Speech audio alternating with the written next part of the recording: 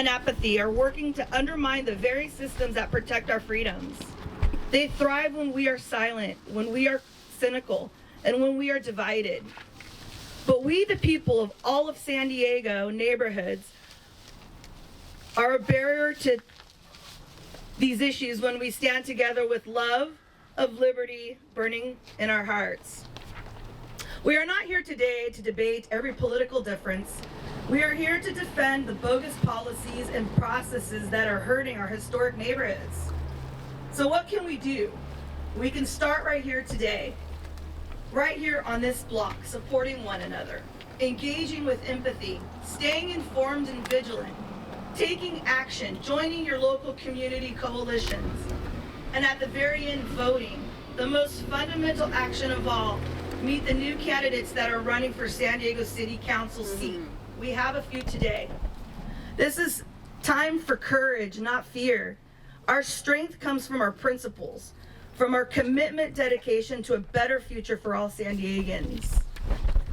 At San Diego United Communities, our mission is to empower neighborhoods to come together under one roof to communicate and discuss San Diego policies.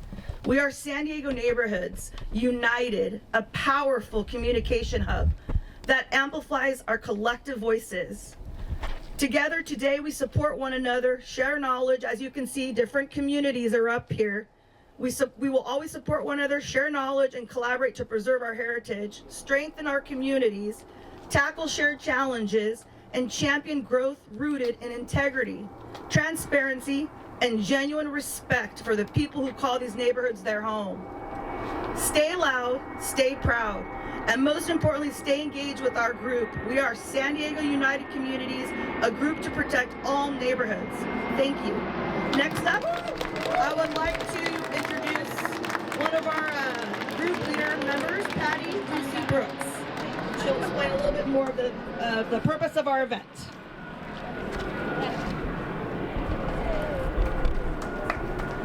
Hi all, how are you? Good. Thanks for being here today. First of all, I live in Mission Hills. I'm a business owner, resident, been there for over 40 years. My great-grandparents helped build the Museum of Man in Balboa Park, which is now called the Museum of Us. So I have a lot of roots in this community and share a lot of the feelings you have about preservation and restoration and protecting our communities. I'm also the publisher of a newspaper called the Presidio Sentinel. It's been around for 25 years, and we're based in Mission Hills, and we do distribute all over the urban community. Most importantly, we try to bring the voice of reason to the public at large. Last week, I was honored by the San Diego County Taxpayer Association and received an award, Golden Award, because of my position on good governance, that we need good governance in our city and county, which is missing. And I had a sign with me earlier that said, Todd Gloria needs to go. The fact is, we need to remember who's out there right now doing things in our community. Sadly to say, people like Tony Atkins, who lives right in this neighborhood, who helped drive this density program, as well as Todd Gloria and Chris Ward. The list goes on of people that they helped put in office who proved to us they weren't here for us, they were here for developers and unions. And whether you feel strongly about one or the other, the point is there needs to be balance in our city, and that's what's missing. So unless we do something to change the course, this will become the future reality of our city. Families are suffering, they're being forced out of the community, older populations being forced out of the community. We're creating a housing crisis. I say we because I really want to put the blame on the city and government and county government and state government too. And the point of the matter is you're all here today because you want to make a difference, so please keep doing it. I represented a group called the Kettner and Vine group that opposed the housing 1,000-person homeless facility in the Middletown area, and guess what? We beat it down. Raise your hands who are always a part of that effort. It was not done alone. They're back there, they're back here. We did it together as a team, and we did press conferences like this. We made the mayor mad. We made Steve Whitburn mad because they kept saying, we've gotten your approval. And we said, no, you didn't. And we're proving that to you in front of the media and in front of the public at large. So we need to continue to do this. And thank you for all being a part of this effort. And I'm going to stand strong with you, and we're going to fight this together. Thank you. Our next speaker, Mr. Eric Law, does sit on a planning board and also is one of our leadership speakers today. Hey, thank you, Margaret. And thanks everyone for coming out early on a Saturday morning. I appreciate it. Certainly emblematically looking behind us is this scar on our city that has been created by the campaign against us and our communities here, right? It was a couple of craftsmen, nice houses, and it's been bulldozed and turned into this just open earth scar here.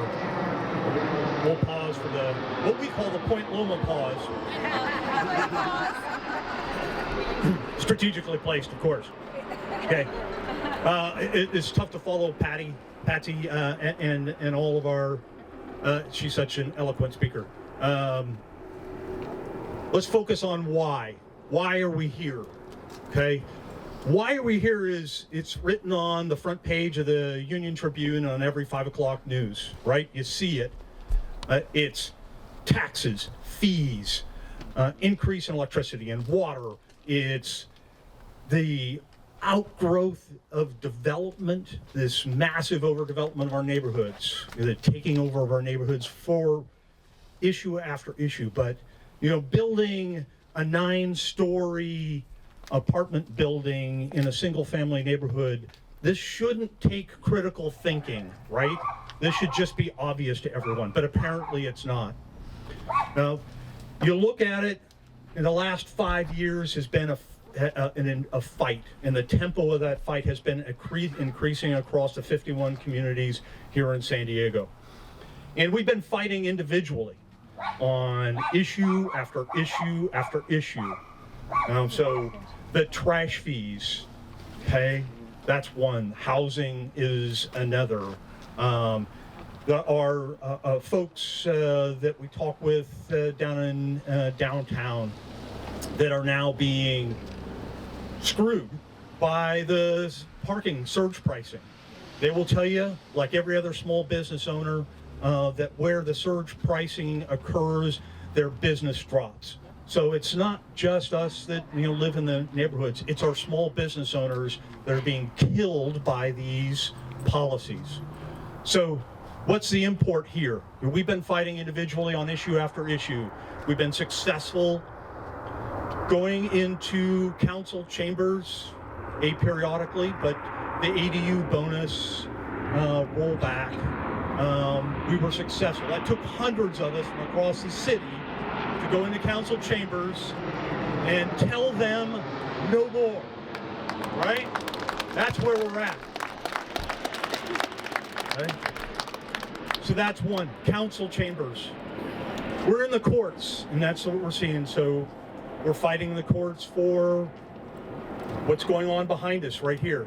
And the greater Golden Hill folks, thank you for supporting us here, but we're here to support you now.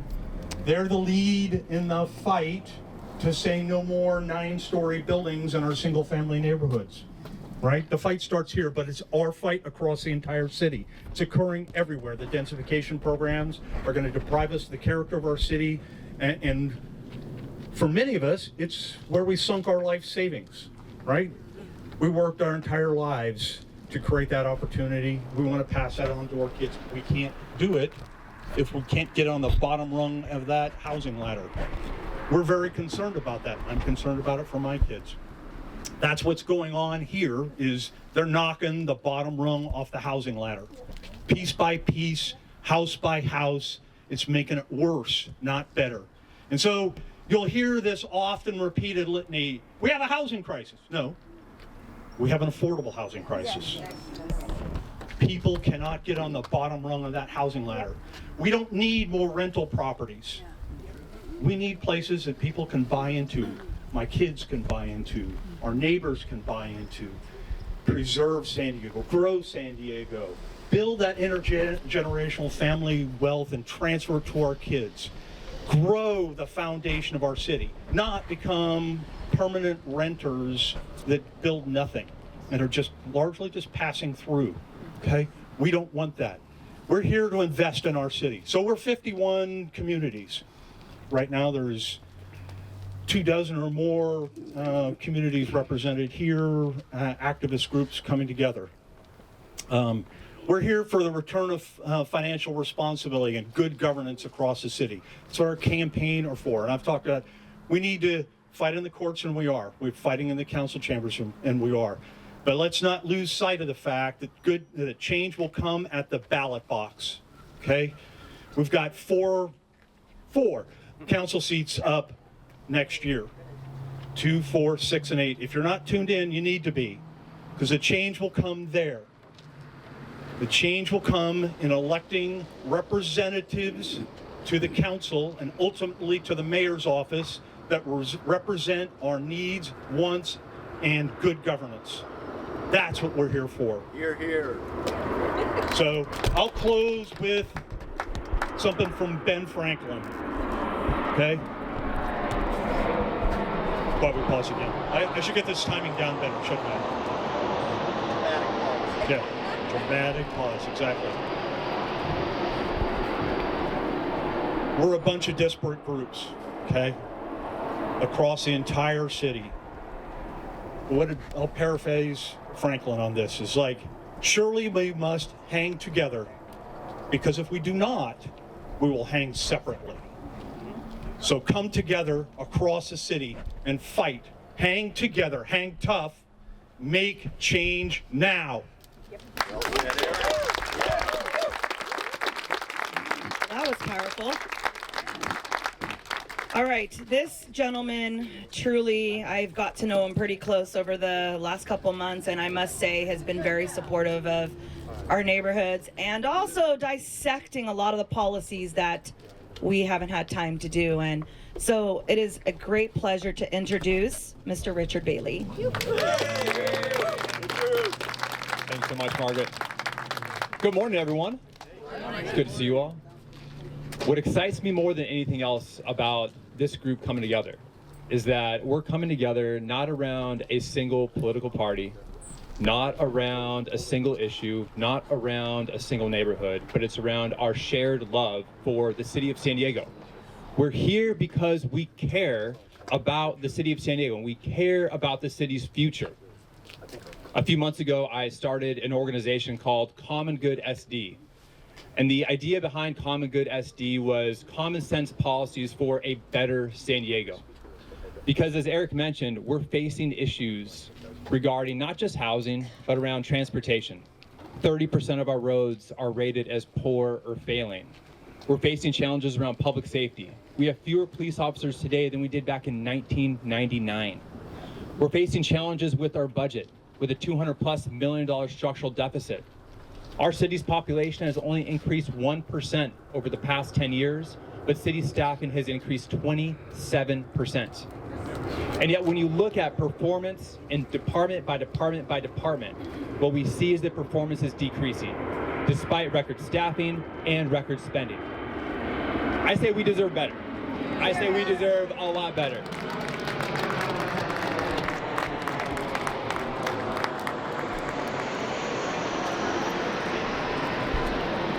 More important than all of those policies that we need change, though, more important than all the issues we're trying to address, is we need a city council and a mayor's office that is actually listening to us. And I'll let you guys in on a little secret. Although I'm currently at this very moment a resident of Coronado, I just bought a place in the city of San Diego. And come next week, I'll be a resident of San Diego, and it's my commitment to all of you to make sure that City Hall hears all of us very, very soon. Thank you all. Awesome. We're excited for your journey. All right, the next person that I'm speaking, I'm very super happy is here because he's going to paint the bigger picture and has been doing tons of work with his group. And it is so important to follow this group. We're just a baby group compared to these guys, but it is a pleasure to introduce Jeff Huter with Neighbors for a Better San Diego. Yeah, thank you, everybody. As you know, if you go to any city council meetings, we're the puppeteers of everything that happened in San Diego. It's important how not true that is. So when we started in May of 2021 in reaction to the city's bonus ADU regulations, which were passed under the dark of night during COVID, and nobody ever asked questions and figured it out. We started this, and we kept going to city council meetings, and frankly, if you've seen how we present, we're a little bit dry and technical, but we've tried to present reasonable solutions to the housing challenges that we face. Not thinking that the city can just remain frozen in place, but how can we evolve? And one of the things that's important is we need to put, it's called community planning, because what we do and how we plan is about building communities. And the city has endeavored to shut our voices out, as opposed to say, maybe there's something here we should be listening to. And I think it's important. So we started in 2021. We've seen this build and build with new groups coming in, and that's really exciting to us. And it's important to recognize there's small victories and big victories, but this has made a big difference. And one of the things we brought a handout today that just lists some of the accomplishments we've seen with Neighbors for a Better San Diego since we started this. And that includes things like minor tweaks to SB 9 before it was passed, getting things changed in the SDA. We did get minor changes to the SB 79. There's things that we do, but the most important things we can do are to organize and activate before these bills become law, because it's so hard once a developer gets hooked on these kind of projects. It's hard to roll these back. And that's why the fight against SB 79 was so on. And if you remember, we stopped SB 10 from being implemented in San Diego. Now, the city wants to bring that back as missing middle housing, and then I wish they would go to a planning school or something and find out what these concepts really are. A complete community, believe it or not, there's a concept called complete communities. You know what it is? It's you have jobs and you have mixed income housing all in the same place. And what does San Diego do? Well, we don't build any of the commercial to provide that benefit to the community. We made it so you can relocate the low-income units 3 miles away, and then what's left over is just premium rate housing. There's nothing complete.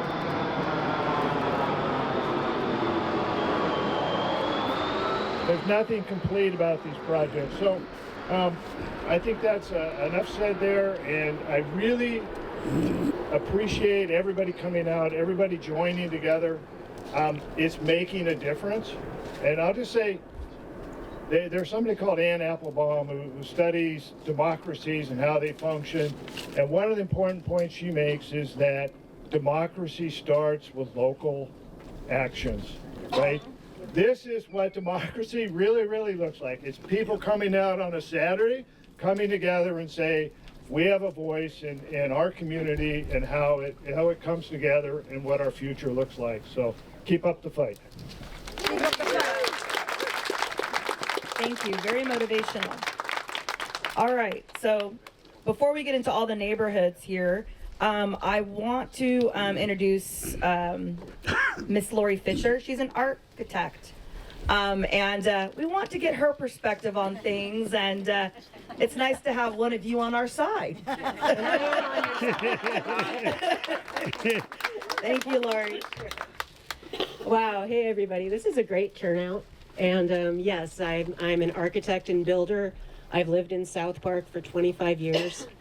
And I also know what planning is, right? So I grew up in the Midwest. And so, in cities like Milwaukee, Chicago, Minneapolis, cities all over the country, you regularly see duplexes, threeplexes, fourplexes right next to a single family home. And it's really hard to tell the difference. They just look like bigger homes, but here in San Diego, we grew up differently, okay? We grew up in the post-war. We grew up in the post-war boom times, 40s, 50s and 60s, where it was affordable and it was realistic for someone to dream of owning a home and on their own property and it didn't matter how far out you were because everybody had a car. That was the American dream, right? Well, the reason we're here today is because that's clearly not sustainable. We just don't have enough land to house as many people as we need to on their own little parcel. So we need to find a better solution. And, you know, the thing is that we need housing, and I think everybody here thinks we have a housing crisis, right? Is there affordable housing, right? Does anybody here think we don't? You know, I don't think there's anybody in the state who doesn't recognize that we have a housing challenge. We have an issue that we need to take care of. But we need right housing. We need to solve this problem in the right way. And dropping 20-story towers, nuking a single-family neighborhood with a 20-story tower is not thoughtful planning. It's not good urban design. You know, a 200-foot tall tower 10 feet away from somebody's home, you know, is going to destroy the community. I mean, how are you going to make friends with that neighbor that lives up on the 19th floor, right? And they're full of studios and one bedrooms, and so they're not good for anything. Right, you know? So the thing is that they're trying to frame this as some kind of binary choice. You know, it's either single family homes or 20-story towers. And we can't do anything in between. And that's wrong. I mean, look around us. You know, we've got these courtyard communities. That's what's missing in San Diego, what we call the missing middle. The duplexes, the triplexes, the fourplexes, the courtyard developments like this.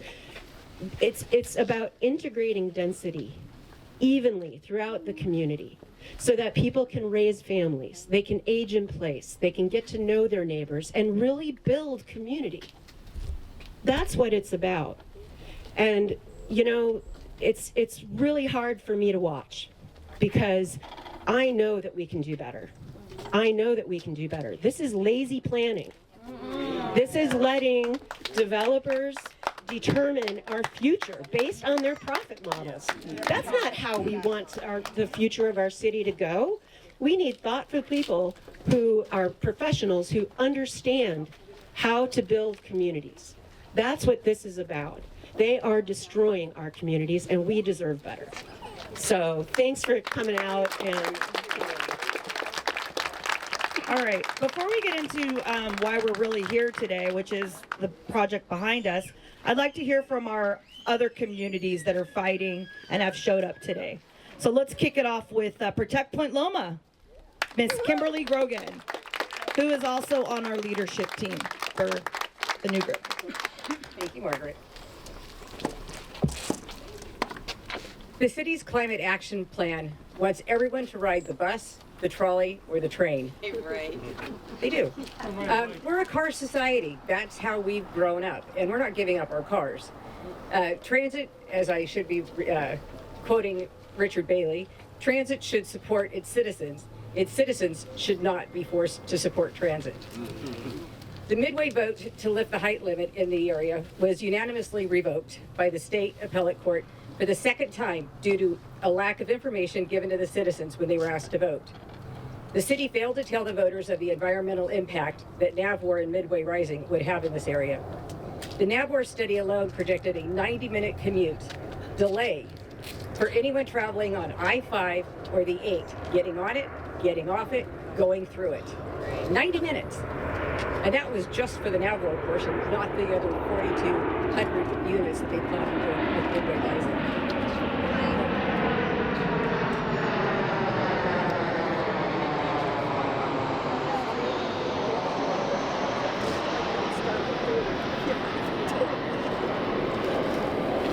The city right now is asking the Supreme Court to overturn the appellate court's ruling.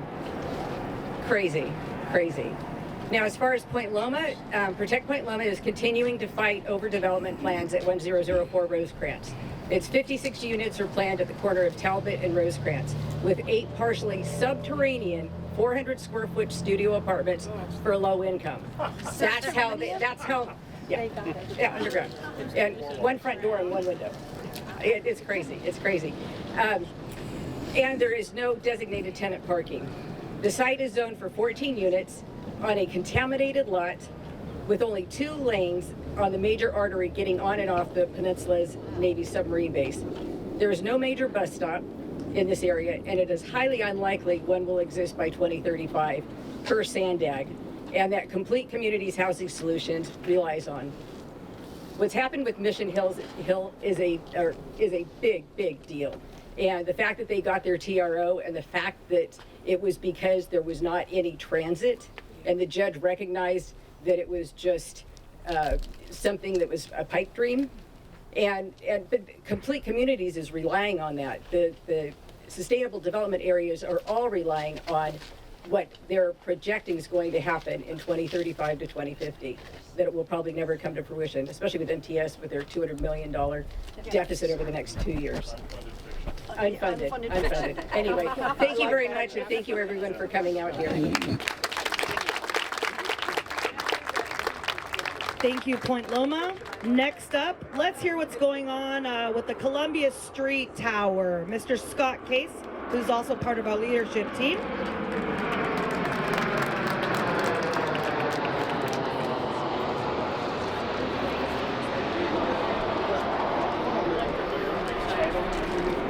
All right, hey, good morning. I'm Scott Case. I'm representing the Stop Columbia high-rise effort within the Uptown community. Let me start by saying, we support new development in our neighborhoods. In fact, Speak up. our residents and many of our... Okay, yeah, sorry about that. First, we do support new development in our neighborhoods, our residents and our businesses. For decades, we have brought positive change into our communities. But we strongly disagree with the city's Complete Communities program that is allowing developers to destroy our residential neighborhoods with high-rises all across San Diego. So 2 very visible projects in just within a mile of where we live here. 3677 Columbia Street. It's a high-rise on the Middletown hillside. 14 stories, 161 units, mostly studios and 1-bedroom luxury market rate units. They're going to go destroy 3 currently affordable housing, and they only have to add 3 more for a total of 6. And then the city allows them to build them somewhere else. It's essentially, the city's officially allowing redlining to occur in our neighborhoods for affordable housing. So it's located on an active earthquake fault, according to the state's official geological survey. It's designated officially as an obstruction by the FAA because it exceeds the airport's height limit by more than 120 feet. It needs multiple waivers since the street location fails international fire code standards. It's opposed by all the local businesses and hundreds of residents on the hillside because of the traffic, the parking, and the safety issues that it creates. Yet the city allows this to proceed. Then just up on top of Mission Hills, we have the 820 Fort Stockton project, brought to you by, I guess I'll say, a subsidiary of Stockdale that had the failed Horton Plaza development. 12 stories, 120 units, mostly small studios at market rate rents, only a few affordable units.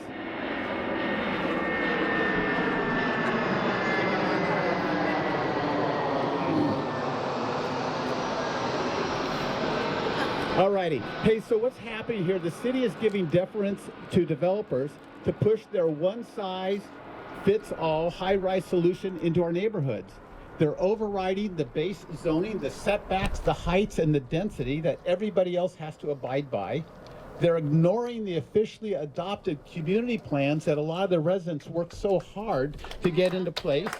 They're suppressing any public review, comment, or appeal of these high-rises since they're all Process 1 ministerial. And they're also bypassing the locally elected community planning groups across the city that are meant to advise the city. We don't want to hear from you. Their process is set up to hide these projects from our public view, and we often don't know about them until the bulldozers show up.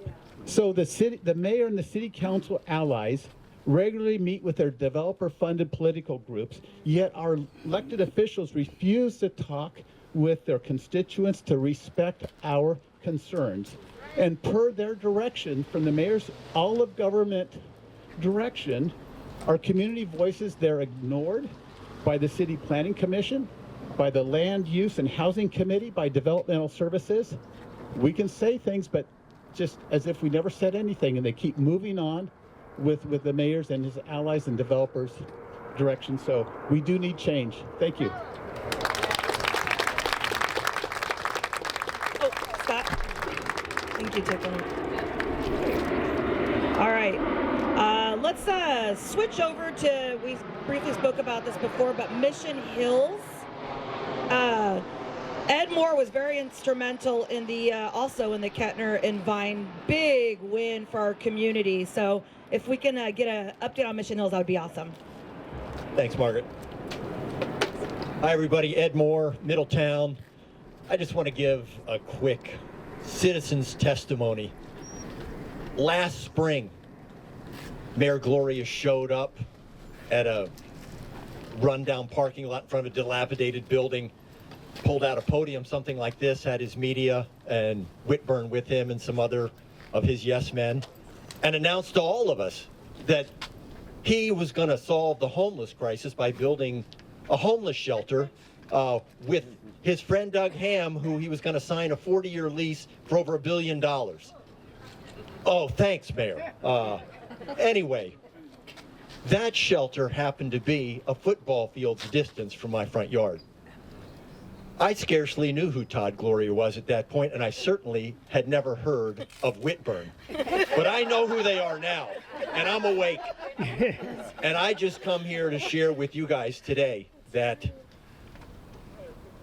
we organized, I met more of my fellow neighbors than I had in 30 years of living in the community. I have forged new friendships. All of you out here, I've met most of you. I am so proud to be part of this movement. And Todd Gloria, keep every parking meter you put in, you reduce your chances of winning. Keep putting them in everywhere. Every trash can you charge for, you anger a citizen. The anger is rising, and you and all of you are going to pay the price. Anyway, thanks for coming out, everybody.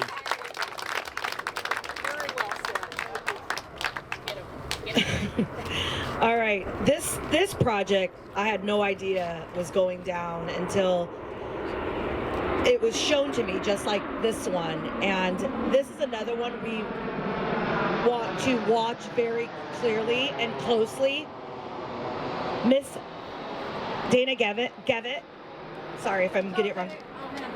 I would love for you to come up here and talk college area for us, because that project is monstrous. Thank you. I'm Dana Gibbett. I'm Vice Chair of Neighbors for a Better San Diego, and Jeff Huter's my boss.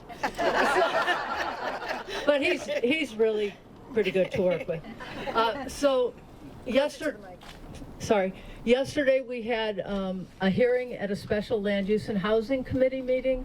There were 2 community plan updates heard, and it was a tale of 2 cities, north of the I-8 and south of the I-8. And Jerry, don't take any offense at this. So it was the College Area Community Plan update south of the I-8 and Claremont north of the I-8. South of the I-8, College Area was proposed for a 320% increase in housing density, housing units, and a 277% increase in population. We have in our community now 1.6 acre park, 1/4 mile trail, which is not a trail, it is just a walk you can take through private property over a sewer easement. We have we have 28 library parking spaces when we should have 80. We have no rec center. We have no police station, and we have no fire station, but 82% of our community is in the very high fire hazard severity zone. Okay? Now, the City Council passed that. The Land Use and Housing Committee passed that, 3-1 vote.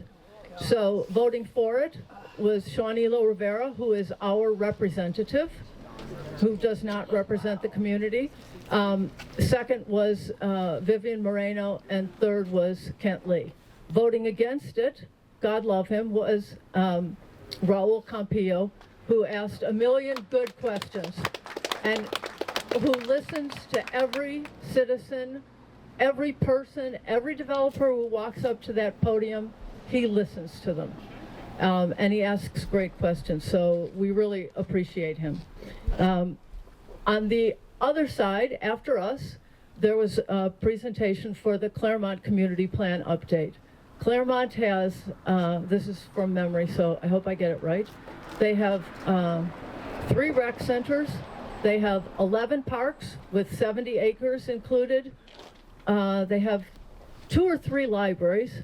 They have all sorts of infrastructure. They have 2 major open space areas with over 14,000 acres. And I begrudge you nothing. None of that, Jerry. Their upzoning was for a 59% increase in housing units versus our 320%. And they have a height limit on residences and buildings in their community, the highest one being, I believe, 65 feet. And their support was unanimous from this committee. However, they did accept 2 possible amendments that came from the community, and they asked, Moreno made the motion, and it was seconded and approved by Lee, to consider 2 possible amendments in zoning that were made by the community planning group and the members of the community. We had no such acceptance when we had the community planning group, the community council, the CPC, and all of the people speaking, including Neighbors for a Better San Diego, asking that the committee approve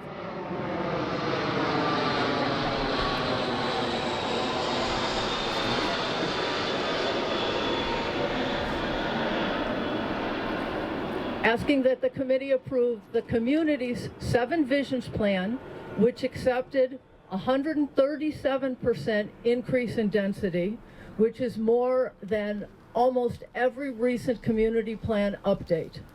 And the community had worked on that for 6 years. There was not even a mention of that plan in the voting tabulation. So on December 16th, both of these plans will be heard again.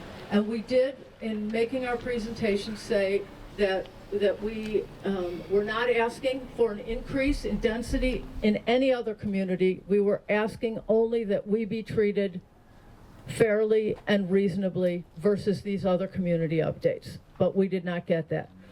The last thing I want to say is the icing on the cake in that meeting was that after the Claremont plan was heard and voted on, there was another agenda item, but Chair Lee stood up abruptly and said, we have a scheduling conflict and we have lost our quorum and this meeting is adjourned. However, when he said that, there was not a quorum problem. 3 members of the committee out of 4 were still present. Only Campillo had to leave, and they had not allowed for non-agenda public comment. And I had submitted a slip for that, and I had submitted written comment into the web form. So I went up to the dais and I said, you haven't done public comment. And they looked at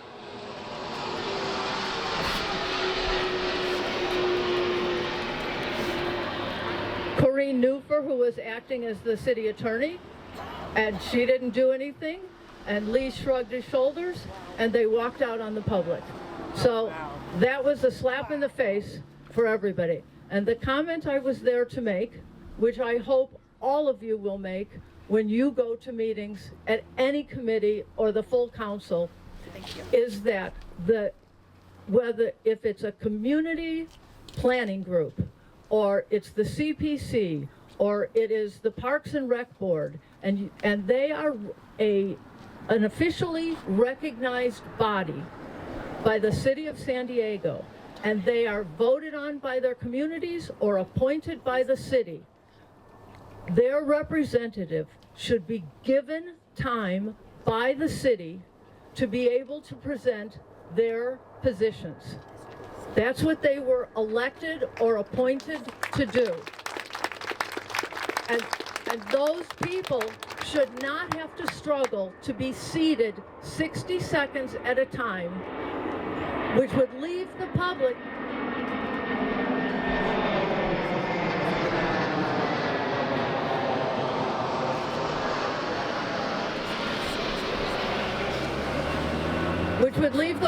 available to make their own comments to the plan.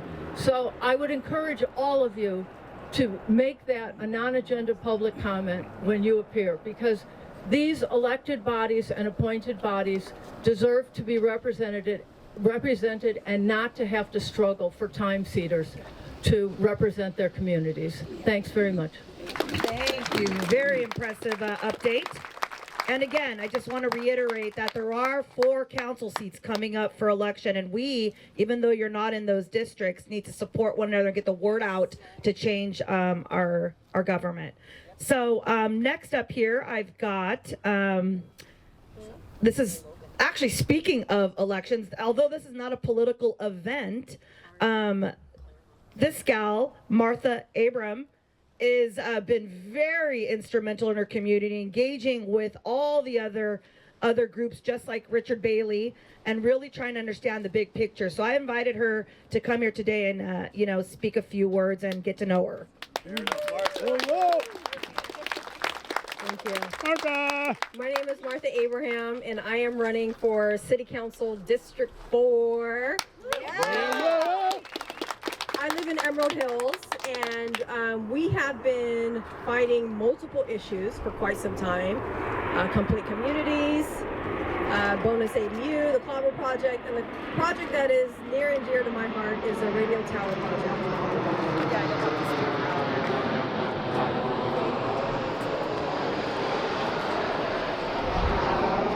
We have been fighting this project since 2022 when we first learned about it. And after tireless hours and investigation and research and discovering things through public records requests, I've come to the conclusion that the only way for us to have effective change in the city and in our neighborhoods is based on who sits in that seat. That person is a gatekeeper. And so we are not going to see effective change until we elect people that are going to advocate for the people and echo the community's voice. And that is my my mission, is really to occupy that seat and echo what the community needs and what the community wants, and to be their voice at City Hall. And I want everyone here to understand that whether or not I will represent you, we have seen multiple times the policies and the projects that are going to impact all of you. We all vote on them, right? I might not represent you, but I'll be voting on projects in your neighborhood. So it's vital that we support every seat that's being reelected, because it is in our best interest. If we don't have people sitting up there that are going to echo the community's voice, and I'm the only one up there, I'm going to look like the crazy one, because I'm going to be screaming and shouting what you all want, and they're all just going to vote against us. So, yeah, we have to stop electing status quo politicians that are their only interest is to advance their political fortune at our expense. Enough is enough, and I can't keep living like this. So we have to take our power back, and that power is at the ballot box. And again, you all can support candidates in these other districts, and you can do that by donating to their campaign and also donating your time and your talents to help them win. Because for me, I'm going against an incumbent, which is what I've been told is very hard to do. I'm going against the establishment, and I'm going against the machine. So I only can win with your support and with the people's support. And the last thing I want to say is, well, you can find more information about me. They love me, by the way. They won't, it's a bee. They won't sting me, but they're always around. Maybe it's a sign. The universe. You can find more information about me at martha4sandiego.com. That's Martha, the number 4, sandiego.com. And if you want to know more about what's going on in our community, you can go to the choicevalleyplanningroup.com about all the projects, the lawsuits that we have going against the city. Last thing, I promise. So going through this whole process, a friend of mine brought an interesting fact to me. So she showed me the org chart for the city of San Diego. I don't know if you guys have seen it. It has the mayor, city council, and the city attorney. But there's a group that sits right above all of them, and that's the people of San Diego. Ha! Exactly.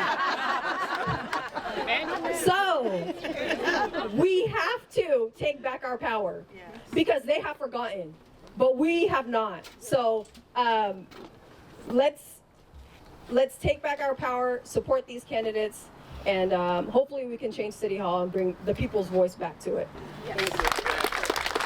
See, and I was making some noise out in the community. Mr. Tom Mulaney as well. We were fighting these shady, bogus measures while people were voting for them, not knowing what they were voting for. And these measures ended up going through court systems and lawsuits and you name it, years of bogus developers in and out of this project. I mean, this thing is just been costly to taxpayers and just the city in general. But Save Access had a recent win with the 30-foot height limit, and that's something worthy to celebrate. But today, Mr. John McNabb is here to talk about this project behind us, this massive project. If you look behind you, do you see another massive tower around? Not really, no. Mr. John McNabb, thank you for being here today. Thank you, Marissa. Well, I'll give kudos to Todd Gloria because there's this concept, it has to get worse before it gets better. And Todd Gloria made things so horrible that this is amazing that people all over the city get together and start talking. And these are people, they're regular people. Back in the day, in the 90s and the 2000s, you go to C3, Citizens Coordinate for Citizen 3. How many of you know that organization? And how many of you know that they ever cared about you? You know, it's this thing as you go there and they say, no, you're not right. The developers are right. But this is a movement that is needed because it's regular people who can think rationally. They don't have those dollar signs in their eyes. They're saying what is beautiful, what is good, and what is holistic, and what is good for our future generations. You know, the city of San Diego is notorious for taking a concept and turning it 180 degrees, such as sustainable development, to do the exact opposite. But we're here in Golden Hill and we want to apologize because we have been part of the problem. This neighborhood has birthed Tony Atkins, Todd Gloria, Stephen Whitburn, Christine Quito, and somebody who worked for Donna Fry that now is in the assembly. So we have this challenge in this neighborhood that we haven't focused on the issue. And now it has come back to us right here. Good job, Kenny. 8 stories, 186 units. And just like in Mission Hills, 3 historic homes that were literally affordable being bulldozed to put up a monstrosity. And if you would, that's a domino. Because when you take a look down this street, once everybody sees how much profits you can make by selling out to out-of-state developers, where they can make money looking to get those work-at-home people that would say, well, where do you want to live? Oh, San Diego. I'll go live in a closet in San Diego instead of being in Kansas City or somewhere else. We're gonna wipe out literally an entire neighborhood of quality, literally quality, low income and very low income housing. I mean, this is abominable that they're doing that under the guise of complete communities, which is all about affordable housing. It's not affordable. It's not. And this is the thing, is whatever the city says, they're going to do the opposite. And it's just that way. And so we're very fortunate that our lawyer got a temporary restraining order. And that's very unusual. That doesn't happen every day. I mean, it's extraordinary. And our hearing is on the 26th, next Wednesday, right before Thanksgiving. Go figure it out when everybody's already out of town. 9 o'clock. We'll be there. Yes. And it's important because it's not only the first domino in this neighborhood, it's the first domino in this movement. And so I'm sorry, I'm already got our plane ticket. I would be there, but we're going to have a great representation from our local neighborhood. We'd appreciate you joining in, because it's important that the judges start seeing lots of eyeballs on these things. It's important that it's just like at city council, you know? But when everyone's talking about city council, they were always talking about going up in front of the council.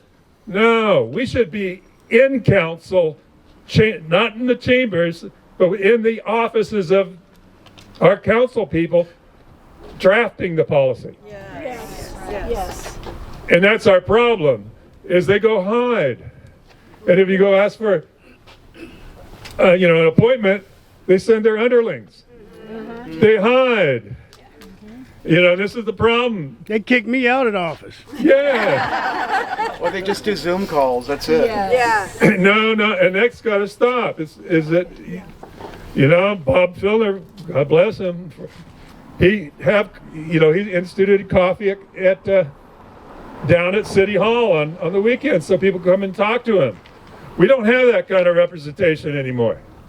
And we need to get that back, and we got to make sure that people who go on the council are our people. They're vetted by us. And we got to make sure that our voice is more important than developer money. And this is what's so great, is communities coming together and starting to know each other. I started back in '96. There wasn't this. We've lost billions and billions of dollars of public land and public property because we didn't have anything like this.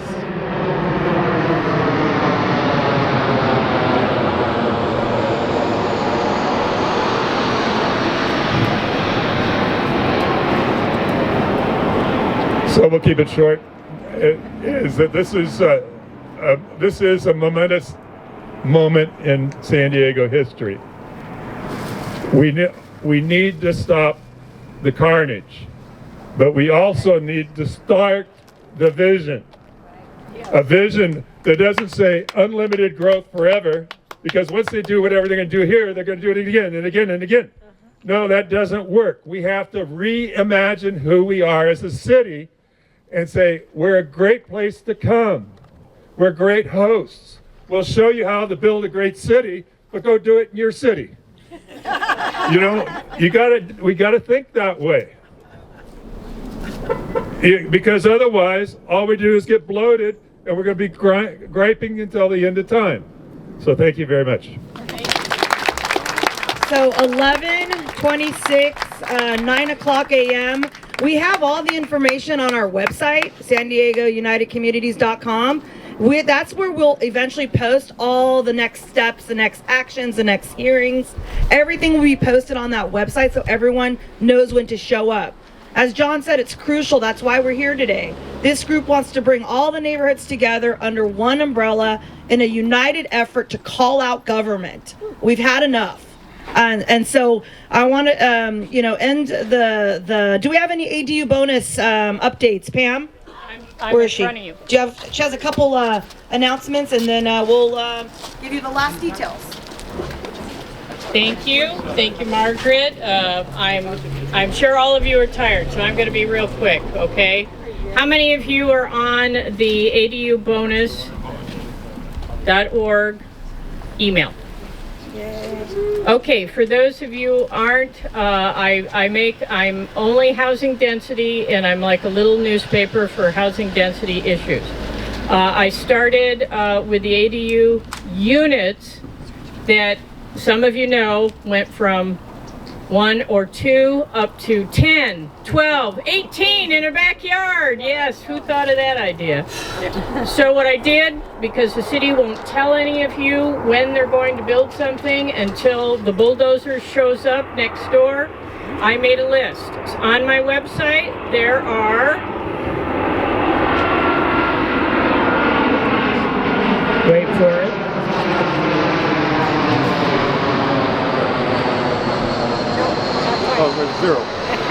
on my website, there are currently 231 addresses that have 6 or more. Anywhere from 6 to 18 in the backyard, 21 different zip codes. So if you haven't checked it out, adubonus.org. I am now moving on to complete communities. That's what this is behind us. Yes. I have just started on that. I will get it done in my next life. I currently have 80 addresses on that have anywhere from 30 units to 497 units in one tower, or a group of towers, in 13 different zip codes. I'm just getting started. There will be many more. Okay, now, we've been told we have a housing crisis. I beg to differ. We have an affordability crisis. All of you have a phone and access to the internet. I want you to all look up this apartment complex. It's in North Park. It's called Le Parc, French. L-E-P-A-R-C. Le Parc. How much do you think a 2-bedroom, 2-bath is going for at Le Parc on Polk Avenue? Somebody shout out. $4,500. I got a 5 back there. Okay, going. No. Go to the website, Le Parc, 2-bedroom, 2-bath, $7,800 a month. This is not a luxury apartment. There is no pool, there is no fitness center, and there isn't hardly any parking. So, but you can get a 1-bedroom for the low price of $5,000. That's today, and it's available right now. Okay, so those of you who know me, you know that my favorite person is Christian Spicer of SDRE, Home Builders, and Vertical MVMT. No, he's my boyfriend. You should know that. If any of you were at the June 16th City Council meeting, you know I outed him. He is the largest builder of ADUs in San Diego County. This is what he wrote to his investors. And I quote, "Potential home buyers are being priced out of the market now, and they're going to become indefinite renters." So how did we get here? In 2008, all of you are old enough to remember the crash, except for I know there's a little baby here, so that they don't remember. But does everybody remember the 2008 crash? Guess what happened? All of that land, all of the houses that were foreclosed on, and even construction equipment was swept up by the Wall Street private equity firms. Wall Street, not San Diego, Wall Street, okay? Now, what do you think happened once they scooped all that up and hoarded it? Now they're only letting out a little bit at a time and saying, ooh, we've got a housing crisis. What happens when you are in control of all of the land? Wait for it. What happens When you're in control of all the land, when you're in control of even the construction companies out there, and you've got all the capital, you can charge whatever you want. And if you're the one controlling what comes out, then that's what's happening. They're hoarding the land, and now they're saying, we have a housing crisis. And as Jeff Huter pointed out yesterday at the Land Use Committee, no, we do not. We have an affordability crisis. For all of you who are on my little adubonus.org, I'm putting out a 3-part series. I put out part 1, the affordability trap. The affordability trap, okay? So I want you to know how we got here. You need to realize the big private equity firms are out of New York, not San Diego. Blackstone, Brookfield Asset, Starwood Capital, Vanguard, all of these. These are not builders. These are funds. And I'm embarrassed to say I actually owned stock in Blackstone at one time. The problem is they are the National YIMBY movement, and they are telling our young people, just build more and the prices will come down. Just build more. The prices will come down. Not if you're the one controlling the market. Not if you're the one controlling how many of these units go up. So, I will get out of your hair. Thank you very much for listening. Thank you for those updates. But if you are not on my email list yet, I won't ever ask for money. adubonus.org. Yes. Thank you. Incredible site. All right, so this has been an incredible turnout. It really is, and this is just, as many have said today, a start of a major movement. We have to start somewhere. We have to have our voices heard. We've had tons, in my 25 years of activism, we've had tons and tons of wins, but because of grassroots efforts. We have our voices. We have our rights. We have to make this group grow. We have to join forces. We're spending tons of money, energy, effort with our own neighborhoods. Keep that going. It's needed. But please try to join forces with our group. Send us your court dates. Send us your protest rallies. We'll make sure to get the word out to all the neighborhoods so we're there. We have to show up in numbers. We really do. This is kind of pretty much the same people that do show up, although I do see probably 30, 40 new faces. It's a movement that's starting, and it's a movement that's needed. This is no joke. Our communities are being destroyed. You know, let's fight for responsible development. You know, responsible growth. We want change. We welcome new developments. We welcome responsible planning. Keep those high limits in place. They were put there for a reason many moons ago. Why is there a need to build these, massive stories when they're not even providing the affordability that they're promising the people that want to move into these communities? It's much more than that. The picture is larger. Before we leave, I really want to get some photos of our group effort, please. With the signs, with groups. I want to send this to the media. I want to send this as Kenny stated. We want to create content. We want to send this to every single city council member and mayor. They're going to get our content whether they like it or not. They're getting it. They're getting it. I have to bring the Portuguese out of me. I'm with Kenny. I stand with Kenny on we can't be nice anymore. We've tried. Right. You've been so nice and cordial. No more being nice. Okay. Okay. So with that said, please follow us again. We've got social media. We've got Instagram. We're going to be flooding the internet with video contact. We're going to be going into each neighborhood. This is our first event. We decided to come to Greater Golden Hill because they did reach out to us. And we're going to, we're going to have town halls, whatever, but we want to be on the property. So this group is going to go to every neighborhood that has a massive project, and we're going to do our rallies there on the property. Because I don't think most San Diegans, probably 80%, that's a high number, have no clue what's going in their backyard until it's too late. So let's get ahead of that ball, create some momentum. If you've got a neighborhood, a project in your neighborhood, you want this group to go, we will rally the troops for you. We will bring all the leaders that support our cause, the Richard Baileys, the Marthas, the people that care. I haven't seen my District 2 council member, Miss Jennifer Campbell, come to Point Loma to talk to us. Where's your town hall meetings, Jennifer Campbell? She knows me very well, but the point is, let's rally together. Let's start having these press conferences on the properties. They're going to get sick of it. They're going to react eventually because they're going to say, "Oh no, this is a problem." They're the shirts.